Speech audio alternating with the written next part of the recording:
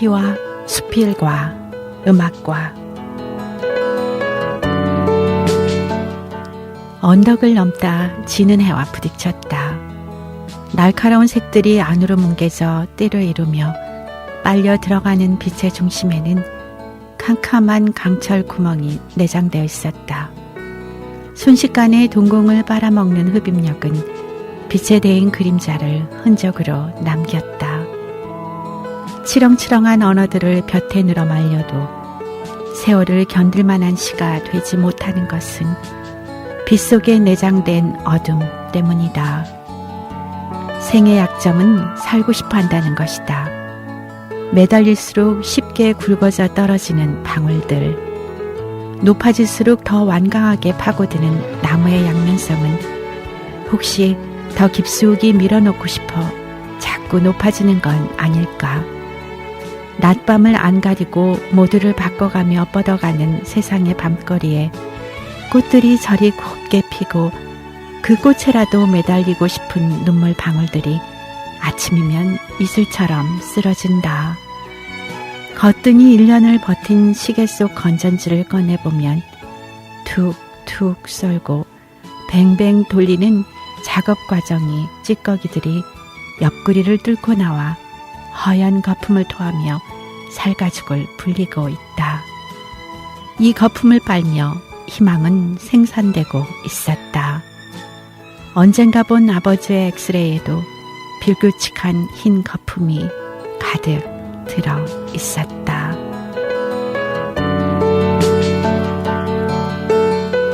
오늘 시와 수필과 음악과 윤석호님의 작용 속 반작용으로 무례합니다. 안녕하세요. 박희옥입니다. 봄이 되면 꽃의 향기와 함께요. 문학의 향기도 우리의 감성을 두드리는 것 같습니다.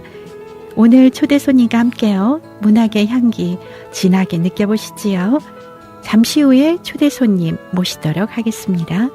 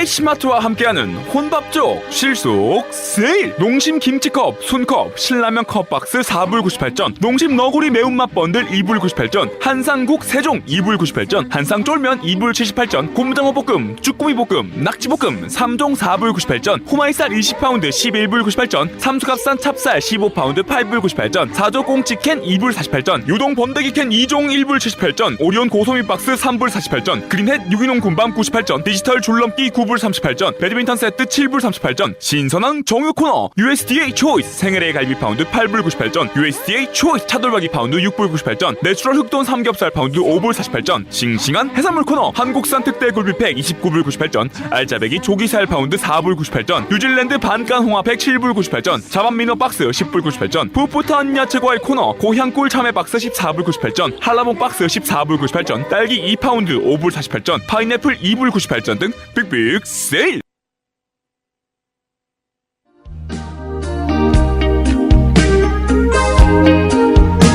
시와 수필과 음악과 박희옥과 함께하고 계십니다.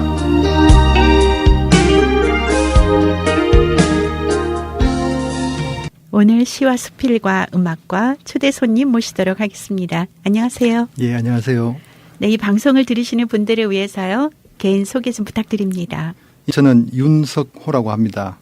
에베레스트 살고 있고요. 항공기 회사에서 설계 일을 하고 있습니다. 저는 부산에서 태어났고 대학에서는 문학과는 상관없는 기계공학을 전공했습니다. 졸업 후에는 울산에서 직장생활을 했고요. 거기서 결혼을 했고 월드컵이 열리던 2002년에 가족 모두 함께 캐나다로 이민을 갔고요. 거기서 6년간을 살았습니다. 그리고 2008년에 다시 미국으로 건너왔습니다. 미국에서는 오하이오주 콜럼버스에서 살았고요. 2011년에 시애틀 지역으로 옮겨왔습니다. 저의 수상 경력을 잠깐 말씀드리면요. 캐나다 한국일보, 미주 한국일보, 미주 중앙일보에서 중앙일보 공모전에서 입상을 했고요. 2014년 부산일보 신춘문예에 당선돼서 등단하게 되었습니다. 네. 제가요, 윤석호님을 모시면서 기대가 많았던 게 바로 그 부분이었는데요. 신춘문예 수상을 하신 분이라서 정말 영광스럽게 생각을 했습니다. 신춘문예 하면 문학의 장원급제라고 해도 과언은 아닐 것 같은데요. 그때 정말 소감이 어떠셨어요? 글쎄요, 신춘문예에 당선된다는 게 뭐 팔자가 바뀔 만큼 그런 건 아니지만 그래도 문학을 준비하고 시작하는 분들은 또 꼭 한번 도전해 보고 싶은 그런 상이 아닌가 생각합니다. 그러나 그보다 더 중요한 거는 수상 이후에 거기에 걸맞는 작품 활동을 할 수 있는가, 그런 것들이 훨씬 더 중요하지 않을까 생각합니다. 시를 쓰는 게 꼭 상을 바라고 쓰는 건 아니지만 열매는 수상이 아니겠어요? 가장 기억에 남는 수상이 있다면 아마도 신춘문예가 아닐까 싶은데 어떠십니까? 그렇습니다. 저에게도 수상 중에 가장 기억에 남는 것은 부산일보 신춘문예가 아닌가 생각합니다. 아까 잠시 말씀드렸지만 캐나다와 미국에서 여러 번 수상을 했고, 그래서 이번에는 한국에 있는 신춘문예에 한번 도전해 봐야 되겠다고 생각을 했고, 그렇지만 아시다시피 또 신춘문예 당선이 이게 쉬운 일도 아니고. 그렇죠. 예, 그래서 저거는 제가 쓴 글 중에 좀 괜찮은 글을 뽑아서 한 2년 넘게 고치고 수없이 반복했죠. 그리고 이렇게 응모하게 되었고요. 수상작인 뱀을 아세요도 그 중에 한 작품입니다. 시를 쓰시게 된 어떤 동기가 있으셨어요? 아마 시를 쓰게 된 동기는, 제일 큰 동기는 아마 이민이 아닌가 생각합니다. 뭐 누구나 마찬가지겠지만 저 같은 경우에는 이민 초에 막막했고 또 여러 가지 불안하고 어려운 시기가 있었습니다.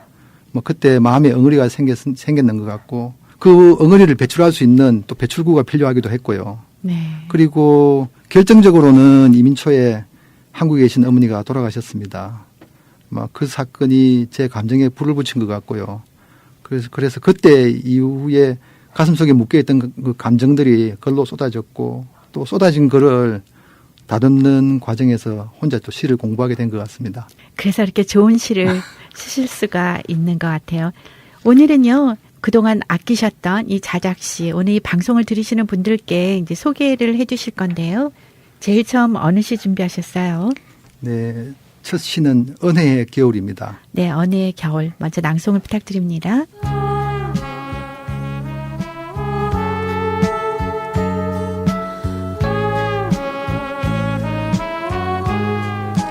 어느 해 겨울 가난하기 싫은 새들 남쪽으로 가고 고집센 텃새들만 빈둥거리는 하늘, 씨앗 몇 개 장고로 남기고 좌판을 접은 풀꽃들, 대출받은 햇빛으로 흥청대던 나무도 벌겋게 피 뽑아서 온몸으로 상환하고 살 없이 뼈로만 바람을 견디고 있다. 몇 벌의 폭설은 축복이었을까? 이미 떠나왔는데 더 갈 곳은 없었다. 밤마다 스승이고 잠을 견디는 것 말고 방법이 없었다. 별일 없이 떠서 서둘러지는 해를 쫓아 종일 비인들을 가로질렀다. 삼각형의 건실한 소나무만이 꽉 찬 그림자로 해를 배웅했다. 잔슬은 춥고 외진 곳만 골라 질기게 버티고 어린 것들은 어두운 곳에서도 불쑥불쑥 눈을 틔워냈다. 그 눈에 눈을 비비며 몇 번이고 그림자를 고쳐 세웠다. 잔슬로가 겨울이 찰랑거리지만 아직 봄이 아니다. 어쩔 수 없이 길게 늘어진 생은 끊어야 했다. 목숨만 겨우 건진 단절일수록 그 시작은 꿋꿋하리라.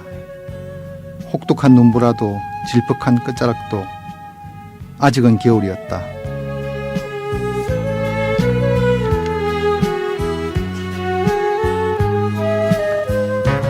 잘 들었습니다. 언해의 겨울.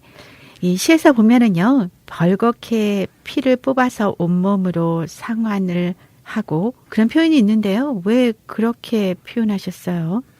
예, 시가 3년으로 구성되어 있는데 1년에 나오는 구절입니다. 1년은 갓 이민 와서 느꼈던 어떤 불안한 감정을 표현한 건데요.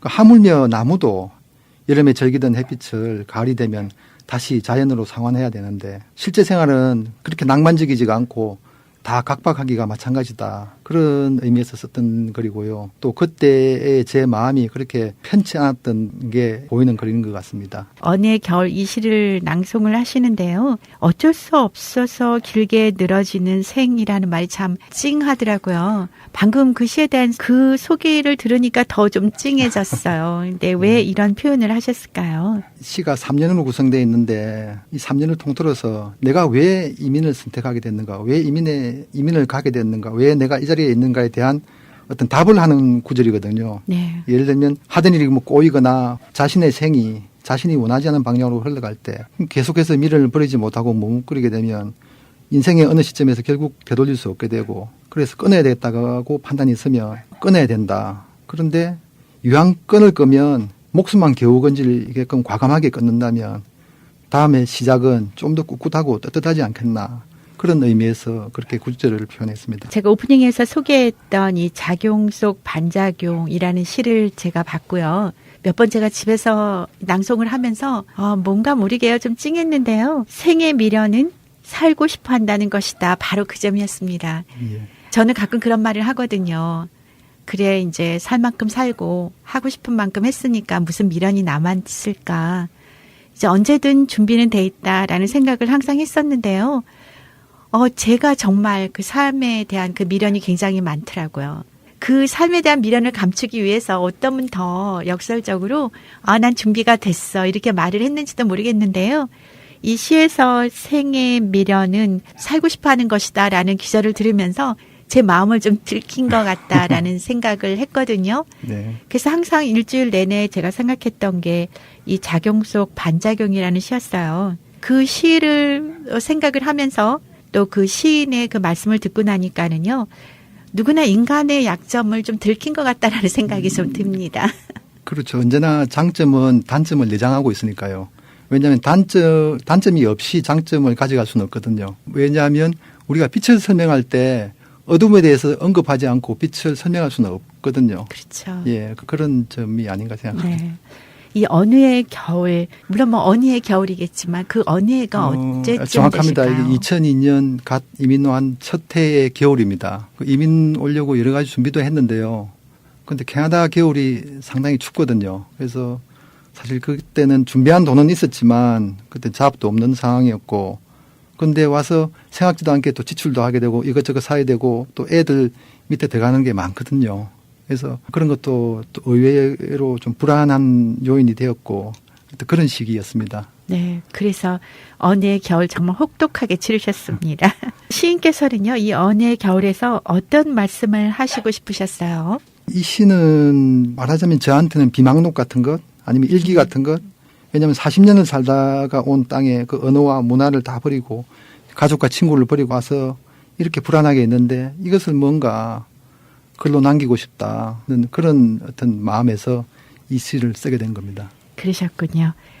오늘 시와 수필과 음악과 우리 윤석호 시인 모시고 이야기를 나누고 있습니다.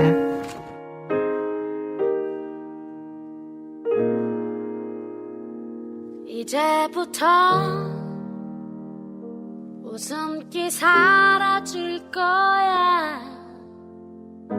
가파른 이 길을 좀 봐. 그래 오르기 전에 미소를 기억해 두자. 오랫동안 못 볼지 몰라. 완만했던 우리가 지나온 길에 달콤한 사랑의 향기. 이제 끈적이는 땀 거칠게 내쉬는 숨이 우리 유일한 대화일지 몰라. 한 걸음 이제 한 걸음일 뿐. 아직 한저 끝은 보지만 평온했던 길처럼 계속 나를 바라봐줘. 그러면 견디겠어. 사랑해 이 길 함께 가는 그대. 굳이 고된 나를 택한 그대여. 가끔 바람이 불 때만 저 먼 풍경을 바라봐. 올라온 만큼 아름다운 우리 길. 기억해 혹시 우릴 손 놓쳐도 절대 당황하고 헤매지 마요. 더 이상 오를 곳 없는 그곳은 넓지 않아서 우린 결국엔 만나 오른다면.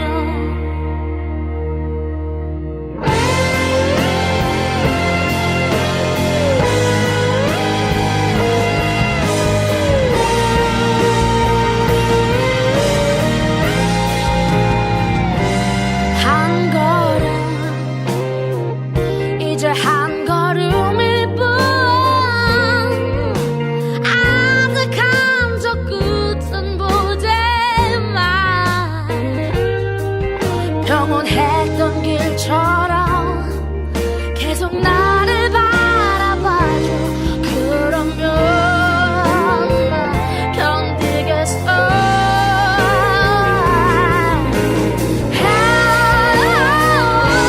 사랑의 이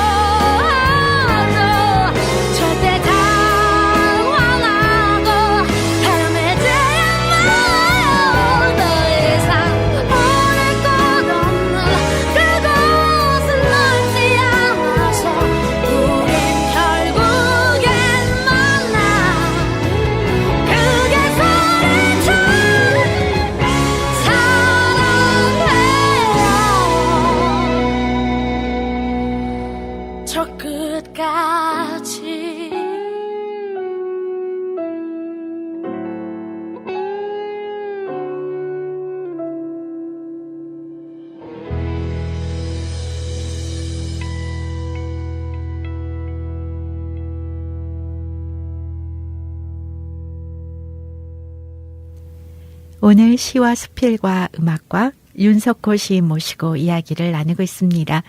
자, 계속해서 아끼시는 자작시 소개를 부탁드리고 싶은데요. 이번에는 어느 시 준비하셨어요? 예, 제목은 휘어진다는 것은입니다. 휘어진다는 것은. 예. 먼저 낭송을 부탁드립니다.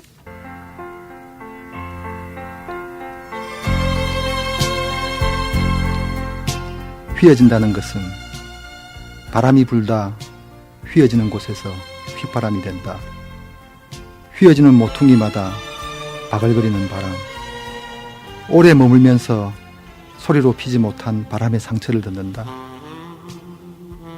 새벽빛 휘어져 노을이 되고 저녁 무렵 휘어져 돌아온 아버지의 그림자. 잠자리에서도 펴지지 않던 어머니의 등. 휘어진 가로등 밑에 눈물 자국처럼 흩어진 꽃다발. 늦은 겨울 밤거리를 휘어져 걷는 사람들.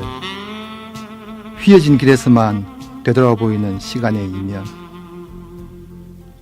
휘어진다는 것은 꺾이지 않고도 절망을 알고 꺾이지 않았기에 탓하지 않고 둥글게 안고 다시 일어서게 하는 구김없는 수궁일이라.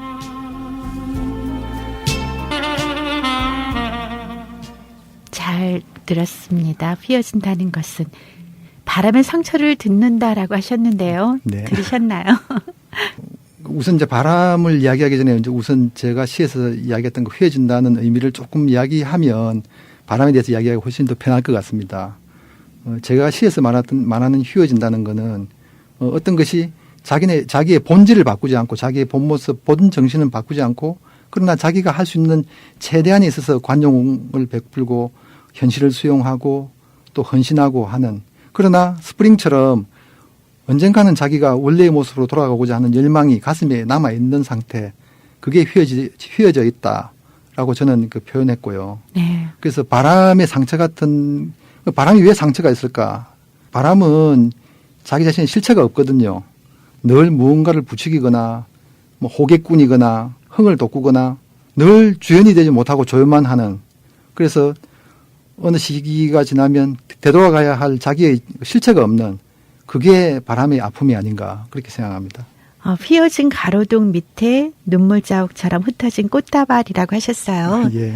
근데 우리가 생각하는 꽃다발은 좀 슬픈 게 아니라 기쁜 날, 기념하고 예. 싶은 날 스스로 주는 꽃다발이라는 생각이 드는데요. 휘어진 가로등 밑에 눈물 자국처럼 흩어지는 꽃다발이라고 표현을 하셨는데요. 네. 왜 그렇게 표현하셨을까요? 이거는 이 구절을 쓸 때 약간 어떤 영화의 한 장면을 떠올렸거든요. 그래서 금방 영화의 한 장면을 떠올리시면 금방 이미지가 잡힐 건데, 예를 들면 한 남자가 자기가 짝사랑하는 여자를 축하해 주기 위해서 잘 차려입고 꽃을 한 다발 들고 갔는데 그 여자가 다른 남자 품에 안겨서 너무 행복해 보이고 너무 아름다워 보이고, 그래서 되돌아 나와서 가로등 밑에 가서 가지고 있던 담배 한 갑을 다 피고 눈물방울처럼 꽃을 떨구고 되돌아가는 거죠. 그런데 이 휘어진 가로등이 그걸 다 보고 있는 거죠. 그래서 함께 아파하고 함께 안아주고 이해해주고, 그런 장면을 형상화했다고 생각하시면 될 것 같습니다. 그렇군요. 예. 휘어진다는 것은 꺾이지 않고도 절망을 알고 꺾이지 않았기에 탓하지 않고 둥글게 안고 다시 일어서게 하는 구김없는 수궁이다 라고 하셨잖아요. 네. 다시 일어서게 하는 것이 윤석호 시인에게 있어서는 어떤 것일까요? 한마디로 말하면 초심이죠. 스프링이 휘어져 있다가도 제자리로 가는 것은 원래의 마음, 원래의 상태, 그걸 저는 초심이라고 보는데, 초심을 기억하게 되면 자기가 원래 출발했던 대로 다시 돌아갈 수 있다고 저는 생각합니다. 우리 윤석호님은 이제 수상 경험이 참 많으시잖아요. 근데 어떠세요? 처음의 마음하고 지금 수상을 하시고 오랜 동안 시를 쓰시고 난 지금의 마음하고, 그래 인간이라면 조금은 달라지실 것 같은데요. 이제 시에서 초심을 잃지 말자라고 강조를 하셨는데 네. 어떠십니까? 아까 그 작용숙 반작용 말씀하시면서 했던 게, 인생이 나는 꿈꾸는 게 이런 거니까 여기까지만 살자. 그런데 그까지 안 사라지거든요. 왜냐하면 삶은 살아가면서 재생산되는 거니까. 그래서 어떤 상을 받으면 조금 더 나은 상을 받고 싶고 또 그렇게 계속 욕심이 커나가는 거죠. 그래서 저도 사실은 말하기 쉽게 초심을 기억하는 게 그게 가장 중요한 거다라고 말은 했지만 그러나 저도 또 어떤 면에서는 욕심이 있고 또 하나를 하게 되면 또 하나가 더 하고 싶고 그런 게 있죠. 네, 잘 들었습니다. 휘어진다는 것은. 저는 처음에 이 휘어진다라는 것은 이라는 시를 봤고요. 네. 우리가 흔히 네. 비유하는 게 갈대입니다. 네. 갈대는 휘어지지만 부러지지는 않는다. 네. 근데 아무리 강한 대나무도 휘어지진 않지만 그 대나무는 부러진다. 네. 라는 그런 생각을 좀 떠올렸었거든요. 그래서 이렇게 휘어진다라는 것은 살고 싶은 그 마음 때문에 쓰러지지 못하는 그 마음이 아닐까 전 그렇게 생각을 네, 했었습니다. 저도 공감합니다. 네. 네, 휘어진다는 것은 잘 들었습니다. 오늘 시와 수필과 음악과 윤석호 시인 모시고 이야기를 나누고 있는데요. 자, 계속해서 아끼시는 자작시 소개를 부탁드립니다. 이번엔 어느 시 준비하셨어요? 네, 이번에는 부산일보 수상작인 뱀을 아세요입니다. 네, 뱀을 아세요. 먼저 낭송을 부탁드립니다.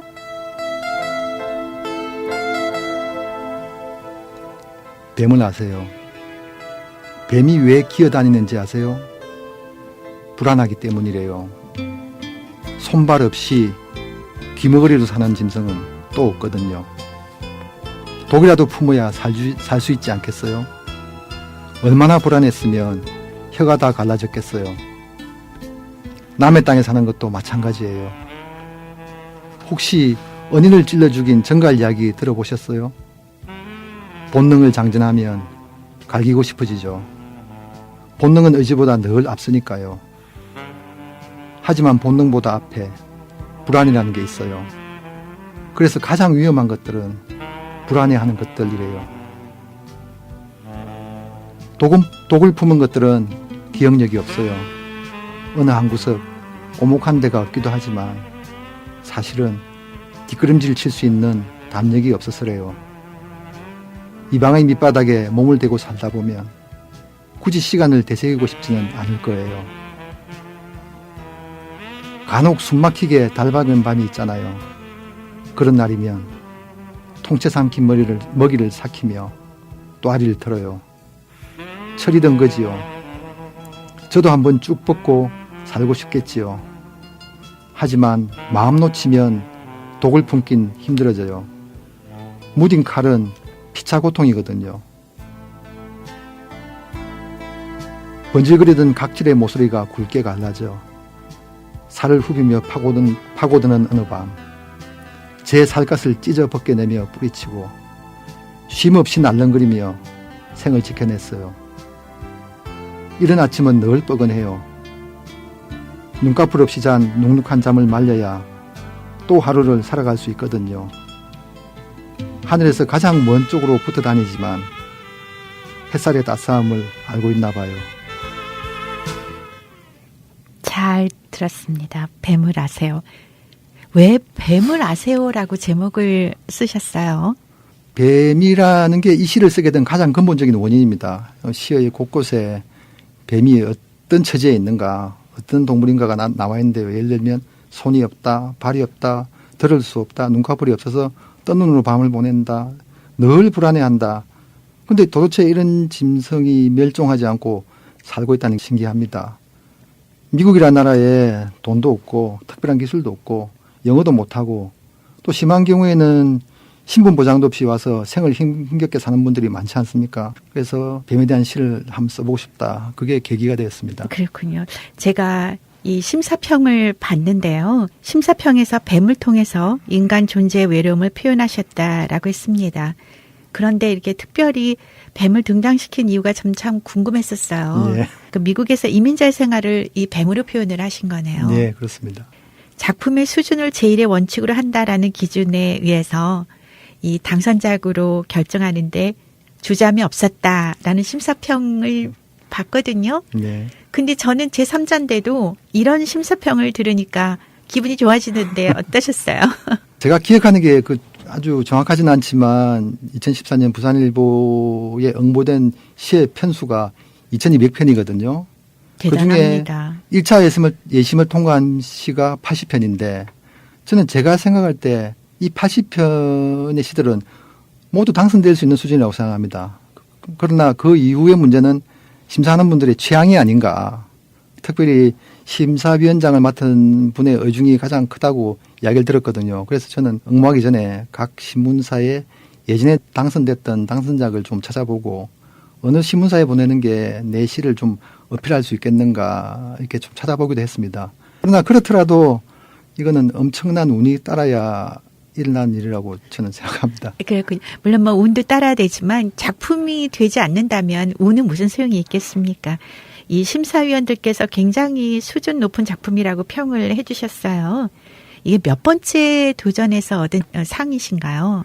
한국에 있는 신춘문예는 제 기억으로는 한 3년간에 걸쳐서 매해 보냈던 걸로 알고 있습니다. 네.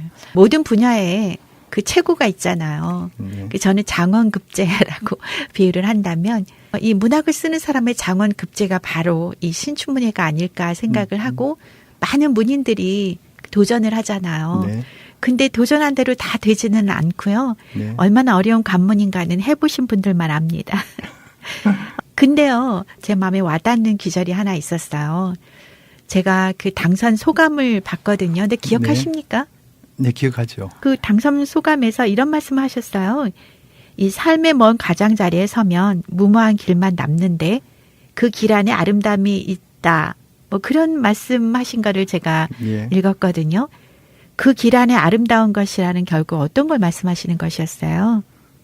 우선 무모함에 대해서 말씀드리고 싶은데요. 이 보통 무모함의 사전적인 의미는 실현 가능성이 없는 걸 뭐 계획도 없이 이렇게 한다. 그게 무모함인데 제가 소감에서 밝힌 무모함은 실현 가능성이 없다가 아니고 실현 가능성을 모르겠다였습니다. 네. 내가 하면 될지 안 될지 모르겠다. 그런데 그 무모한 길에서 만나는 그런 아름다움은 어쩌면 미적인 아름다움, 예쁘고 화려하고 색깔이 없고 그런 아름다움이 아니고 어떤 경이로움, 이런 것이 여기에 있네. 예를 들면 눈 높인 설산에서 꽃을 하나 발견하게 되면 그 꽃이 아무리 작고 보잘것없더라도 그건 아름다운 거죠. 그래서 어떤 경이로움을 이야기한 거고요. 근데 저 같은 사람이 신춘문예에서 당선된 것도 어쩌 보면 놀랍고 경이로운 일이죠. 저는 이 삶의 가장자리에 서게 되면 어떤 아름다움을 느낄까 한번 생각을 해봤거든요. 네. 선생님의 그 삶의 가장자리에서 그것도 가장 무모한 길만 남는 그 길 안에 아름다움이 있다라는 이 말씀을 듣고요. 고진감래 왜 그런 고사성어가 생각이 났는지 모르겠습니다. 그리고 그 수상 소감 중에서 제 머릿속에서 떠나지 않는 고립감 속에 찾은 신기루 같은 네. 그 말이 기억나십니까? 굉장히 궁금했어요. 고립된 상황에서 신기루 같은 그런 기쁨은 어떤 것일까? 제가 처음 시애틀 지역에 이사를 와서 H마트를 갔는데요. 참 감동이었습니다. 왜냐하면 제가 예전에 살던 오하이오나 캐나다에서는 한국장을 보려면 몇 시간씩 차를 타고 가야 했거든요. 더더군다나 한국분이 이렇게 모여서 문인협회를 결성하고 어떤 문학적인 교류도 하고 제가 볼 땐 참 신기했습니다. 그만큼 제가 캐나다나 오하이오에 있을 때 좀 고립됐던 상황이었고요. 그러나 인터넷이라는 어떤 시스템이 있어서 좀 다양스러웠고 그래서 제가 신기루 같은 시를 써보겠다는 걸 또 실행하게 됐고요. 글을 통해서 또 시를 쓰게 됐고 또 상을 받게 됐고 그런 부분이 참 다행스럽다. 저는 그렇게 생각합니다. 그래서 고립 속의 신기루 예. 같은 기쁨이 바로 우리 윤석호님에 있어서는 시를 쓰시는 거네요. 네, 그렇습니다. 물론 뭐 고립 속에 있는 신기루라는 기쁨은 누구에게나 다 있겠지요. 네. 근데 그 신기루의 그 대상은 각각 다를 수 있는데 다르겠죠. 예. 윤석호님은 시입니다. 예. 이 신춘문예라는 게 저는 상상도 못하지요. 저는 이렇게 신춘문예에 당선이 된 당선자를 이 방송에 모실 수 있다라는 사실만으로도 제가 일주일 동안 많이 기다렸거든요. 이 신춘문예 참 대단하십니다. 아니, 좀 운이 좋았다고 생각합니다. 진짜로. 그러면 이제 부산 신춘문예에 도전하셨잖아요. 네. 그러면 또 다른 지역의 신춘문예를 도전하실 생각도 있으신가요? 아니요, 그렇지는 않습니다. 왜냐하면 신춘문예 시를 쓰게 되면 항상 자기의 시가 평가받고 심사의 대상이 되기 때문에 어떤 정형을 따라가야 되고 시류와 그런 것들을 따라가야 되고 그래서 정말로 자기가 하고 싶은 이야기를 못하는 경우가 참 많습니다. 그래서 이제는 제 스타일대로 쓰고 싶거든요. 그래서 네. 그렇지는 않은 것 같습니다. 네. 예. 저는요, 신춘문예에 당선된 시들을 많이 읽었었어요. 많이 읽었다라는 건 제 기준이기 때문에 네, 제 기준으로서는 참 많이 읽었는데 읽으면서 제가 어떤 생각을 했냐면요. 신춘문예는 너무 난해하다. 나는 정말 이해하기가 너무 힘들고 이렇게 어렵게 써야만 이 신춘문예에 당선되는 것인가라는 그런 약간 회의적인 게 있었어요. 네, 네. 제가 가끔 방송에서도 말씀드리는 신춘문예 작품인데요. 물론 그 시인께는 대단히 죄송한데 뭐였냐면요. 독구리라는 세타 혹시 기억나세요? 네, 알고 있습니다. 네, 세타를 목에 끼웠다. 또 그 세타를 목에서 뺐다. 예. 저는 그게 어떻게 신춘문예가 됐는지 너무 난해해서 신춘문예 자체에 대한 그런 약간 좀 부정적인 면도 좀 있었는데 네. 그 윤석호 시인의 이 뱀을 아세요라는 시를 딱 들으면서 신춘문예 제 그 선입견 같은 게 조금은 없어졌던 작품이거든요. 감사합니다. 사실 이렇게 읽어보면은요 내용을 다 이해할 수가 있잖아요. 네. 이렇게 쉽게 쓰면서도 이렇게 어떤 주제가 딱 있고 그러면서 그래서 이 신춘문예가 됐나 하여튼 제가 생각하고 있던 신춘문예 시하고는 너무 좀 달랐었어요. 그래서 굉장히 관심 있게 봤습니다. 네, 고맙습니다. 뱀을 아세요. 네, 고맙습니다. 네, 잘 들었습니다. 오늘 시와 수필과 음악과 윤석호 시인 모시고 이야기를 나누고 있습니다.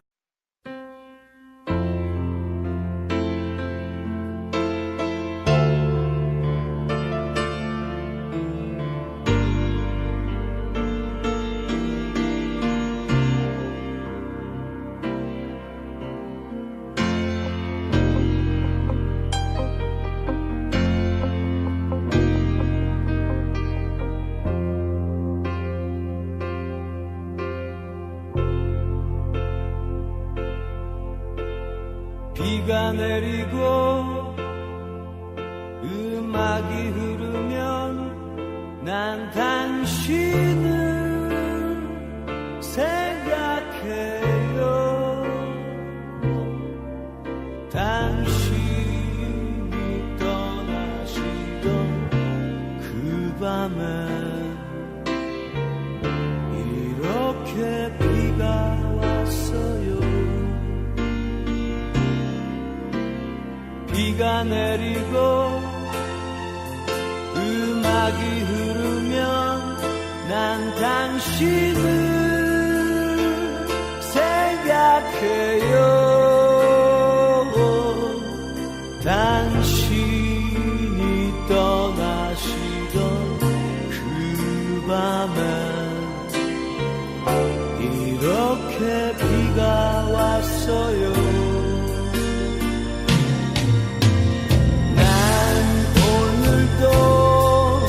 이 비를 맞으며 하루를 그냥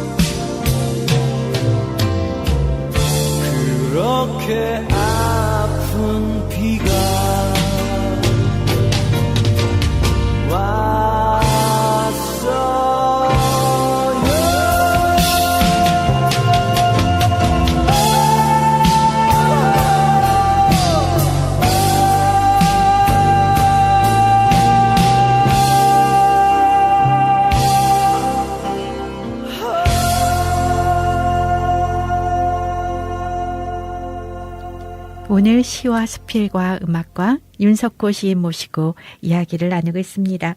자, 계속해서요. 아끼시는 자작시 소개를 부탁드리고 싶은데요. 어느 시 준비하셨어요? 예, 명태회귀하다입니다. 명태회귀하다.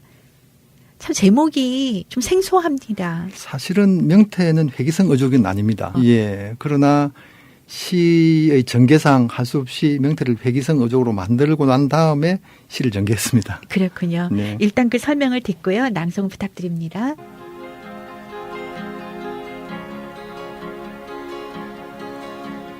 명태회귀하다. 명태, 대구목, 대구과. 대구에서 자라는 의혹 외에 명태의 족보 어디에도 정체성의 흔적은 없다. 때로 몰려다니는 근본도 없는 건달 같은 어족. 심해를 떠돌다 언제쯤 누구에게든지 길을 물어야 하는 어리동절한 어족. 씨알 굵기 전에 철들지 말 것. 낯선 해류를 만나더라도 함부로 생을 드러내지 말 것. 그렇게 몇 번의 겨울을 뜬 눈으로 보내면 누군가 차디찬 물의 뚜껑을 열고 억세게 건져 올릴 것이다.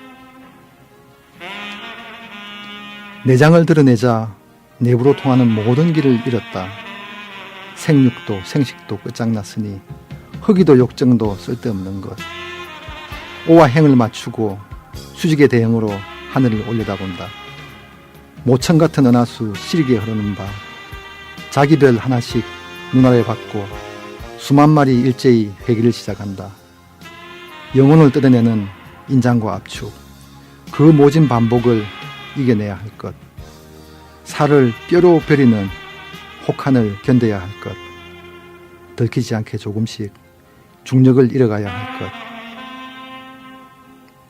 바람이 구름을 불러 수북한 한방눈을 다물지 못한 입에 가득 넣어준다.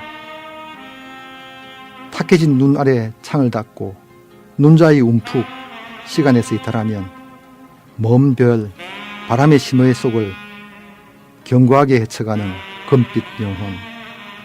하늘목 바람과 황태. 잘 들었습니다. 명태회귀하다. 제목이 참 생소했는데요. 얼마 전에 그 남축 가수가 북에 가서 공연을 했잖아요. 네, 네. 그때 이 강산해라는 예, 가수가 명태를 불렀습니다. 저도 들었습니다. 근데 그 노래를 들었는데요. 조선시대 함경도 명천 지방에 사는 태시성의 네. 어부가 예. 이 처음 잡아 이 명천의 명, 태사 그 성을 딴 태자 그래서 명태라고 예. 했다고 그러잖아요. 예. 이 씨알 굵기 전에는 철들지 말 것. 저는 왜 이렇게 표현을 했는지 궁금해요. 명태가 황태가 되는 과정을 그럼 마치 어떤 수도성이 진리를 구하기 위해서 출가해서 고행을 해서 열반 해탈에 이르는 과정 이렇게 이해하시면 좀 쉽지 않을까 생각합니다. 그런데 출가하기 전에 속세에서 친구들과 즐겁게 지내고 아쉬움도 없이 지내고 재밌게 지내면 되는데 괜히 속세에 있을 때 철이 들어서 생의 이면을 알게 되고 생의 아픔을 알게 된다면 그 수도성이 구도 과정에서 생기게 될 번민과 괴로움이 훨씬 더 크지 않을까. 그래서 차라리 철들지 마라. 그냥 천진난만하게 지내다가 수도성이 되어라. 그런 의미에서 그렇게 표현한 겁니다. 제가 더 궁금해지는 내용인데요. 자기별 하나씩 눈 아래 받고 수만 마리 일제히 회귀를 시작한다. 저는 이 문장을 읽고 어떤 생각을 했냐면요. 명태장에 가면 이렇게 눈에 뭐 이렇게 끼고 이렇게 늘어뜨려서 막 길게. 예, 덕장이죠. 네. 예. 그거가 생각이 났어요. 예, 저는 이 시를 구성하면서 가장 포인트는 덕장이었습니다. 네. 덕장에서 수만 마리가 일제히 가지런하게 해와 그 행과 오를 맞추고 눈을 부릅뜨고 하늘을 네. 쳐다보면서 회개하는 거죠. 이 명태 회귀하다가 물론 뭐 연어처럼 회개하는 게 아니라 네. 이렇게 덕장에서 말려져 가면서 사람의 반찬으로 올라오는 네. 그 회귀라고 제가 느꼈거든요. 네. 영혼을 뜯어내는 뭐 인장과 압축, 모진 반복 이래야만 맛이 좋다고 하더라고요. 예. 근데 이 천년에 명태 대구목 대구과라고 설명을 해주셨죠. 예. 그리고 끝에 가서는요. 하늘목 바람과 황태라고 전혀 다르게 예. 해주셨는데 그렇게 하신 이유가 있으세요? 이 말하자면 구조를 대칭으로 가져간 거죠. 그러니까 거울로 놓고 보시면 명태랑 황태가 대칭이 되고 대구목 대구과가 하늘목 바람과와 이렇게 대칭이 되고 그 중간에 있는 것들이 어떻게 해서 명태가 황태가 됐는지의 과정을 그 어떤 프로세스를 그 안에 담고 있는 거죠. 그러셨군요. 예. 근데 이 작품으로 미주 한국일보 문예전에 입상을 하셨어요. 네. 상을 받으면 누구나 다 수상 소감을 말을 하잖아요. 그래서 저는 그 수상 소감 듣는 게 너무 좋더라고요. 그 수상 소감 속에 이 시인의 일생이 담겨져 있고 이 시를 쓴 고뇌나 모든 게 다 담겨 있는 거 아니겠어요? 예. 혹시 이 시를 수상을 하시고 나서 수상 소감 기억나십니까? 자세하지는 않지만 기억은 납니다. 몇 부분이 중요한 부분들은 제가 처음 상을 받았던 게 2008년 캐나다 한국일보였고요. 지금 이 상을 받은 때는 2011년이었는데 그동안 공백이 꽤 있었죠. 물론 그동안 계속 응모도 했고 또 개인적으로 또 시에 집중할 수 없는 이유도 있었고 또 그런 가운데 계속 그 응모를 했지만 아무런 성과가 없었는데 이 상을 받게 됨으로써 제가 세상으로부터의 답을 받은 것 같은 어떤 제가 외쳤던 외침에 메아리를 들은 것 같은 그래서 너무 감사하고 고마웠습니다. 그렇군요. 오늘 시와 수필과 음악과 윤석호 시인 모시고 이야기를 나누고 있는데요. 계속해서 아끼시는 자작시 소개를 부탁드립니다. 이번에는 어느 시 준비하셨어요? 다시 말하지만입니다. 다시 말하지만. 굉장히 명령조세요. 그렇진 않습니다. 네, 다시 말하지만. 먼저 낭송을 부탁드립니다.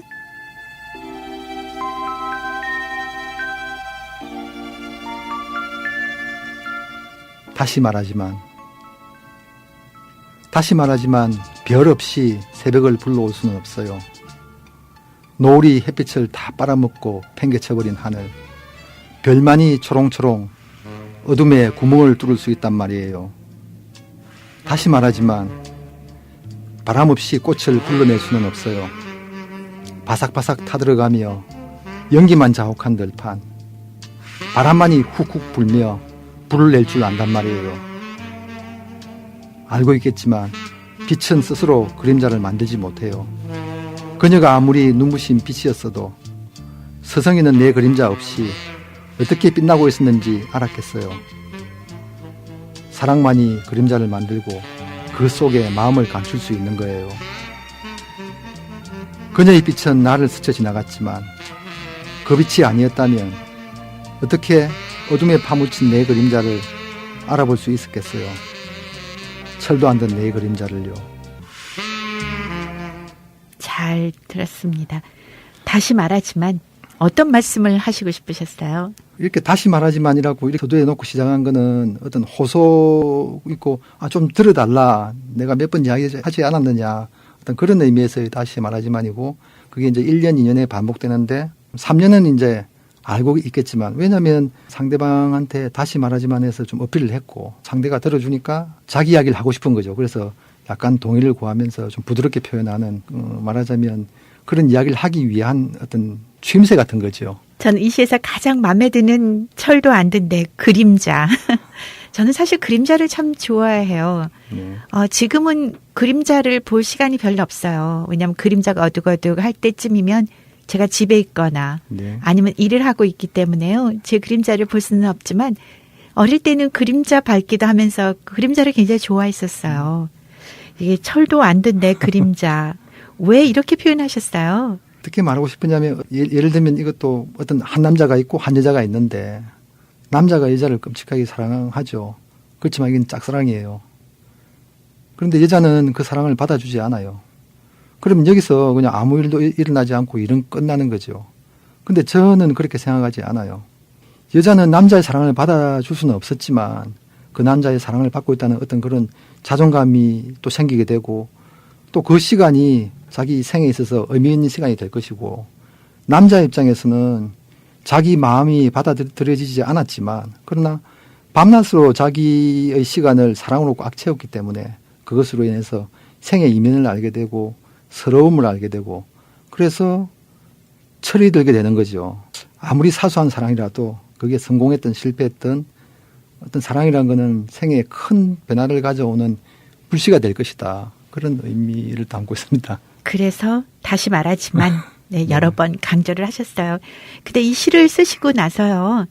여러 번 다시 말하지만 내 뜻을 알아달라라고 전달을 제대로 하신 것 같으세요? 결국 아까 선생님께서 말씀하신 철도 안 되는 내 그림자를요가 말을 함으로써 다른 건 다 필요 없고 사랑 하나로 내가 철이 들었다. 철이 들었다는 이야기는 어떤 현상의 반대쪽 면을 알게 됐다. 그것으로서 모든 게 해결되지 않느냐. 저는 그렇게 생각합니다. 네. 오늘 시와 수필과 음악과 윤석호 시인 모시고 이야기를 나누고 있습니다. 이렇게 시인들이 시를 쓰는 이유가 각각 다르죠. 누군가는 자기 기록을 남기기 위해서 시를 쓰기도 하고 또 누군가는요. 시를 써야만 살 수 있기 때문에 시를 쓰신다라고 네. 하시더라고요. 우리 윤석호님은 왜 시를 쓰시는 것 같으세요? 시를 쓰는 이유는 저는 생각할 때 세상이 그 두 가지로 되어 있다고 생각합니다. 어떤 개별자와 그 사이의 관계, 어떤 것과 그 사이의 관계로 세상이 이루어져 있는데 예를 들면 토끼와 잠수함. 얼뜻 보면 아무런 관계가 없지만 그러나 어떤 산소의 양 이런 걸 통해서 토끼와 잠수함이 연결이 되고요. 사과와 지구 아무런 관계가 없지만 뉴턴에 의해서 만류인력이 있다는 게 관계가 밝혀진 거고요. 그래서 저는 제가 시를 계속 쓰고 또 쓰는 이유는 우리가 모르는 사람과 사물 간에 사건과 사건 사이에 어떤 숨겨진 관계가 있을 것이다. 그 관계를 드러내 보이고 찾아내고 싶은 그런 욕망 같은 게 시를 쓰게 하는 이유가 아닐까 생각합니다. 앞으로도 이제 계속 시를 쓰실 거지요? 네, 뭐 두더지가 할 수 있는 거는 땅 파는 것밖에 없기 때문에 저도 달리 할 수 있는 거는 크게 없는 것 같고 그래서 시를 계속 쓸 거고 그러다가 땅 밑에서 만약 바위를 만나게 된다면 그때는 펜을 놓을 수도 있고요. 만약에 운이 좋아서 어떤 절벽하고 만나게 된다면 거기에 발코니를 내고 또 세상을 굽어볼 수도 있을 거고 그렇게 생각합니다. 그렇군요. 네. 시인의 유유자적한 마음을 엿볼 수 있을 것 같아요. 오늘 시와 수필과 음악과 윤석호님 모시고 이야기를 나누고 있는데요. 정말 이 좋은 시를 접하다 보니까 너무 행복해서요. 시간이 가는 줄을 몰랐습니다. 이제 정말 우리 시인의 그 인사 한 말 들으시면서요. 이제 방송을 마쳐야 될 것 같은데요. 이제 방송을 들으시는 분들께 인사 드리시면서 이제 방송을 마치도록 하죠.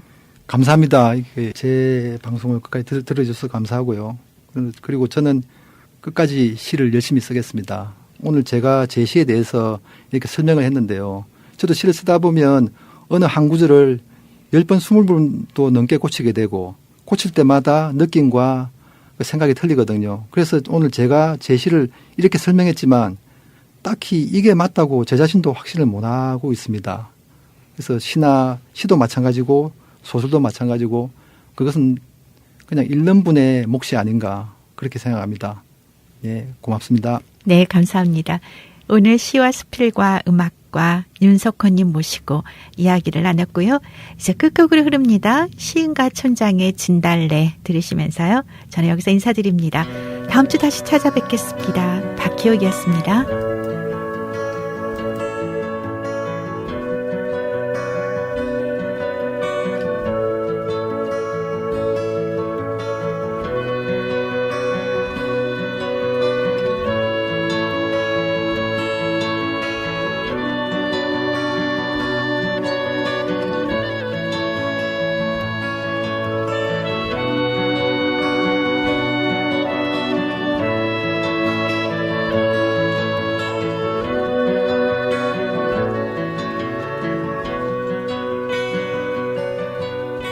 나 다시 진달래로 피어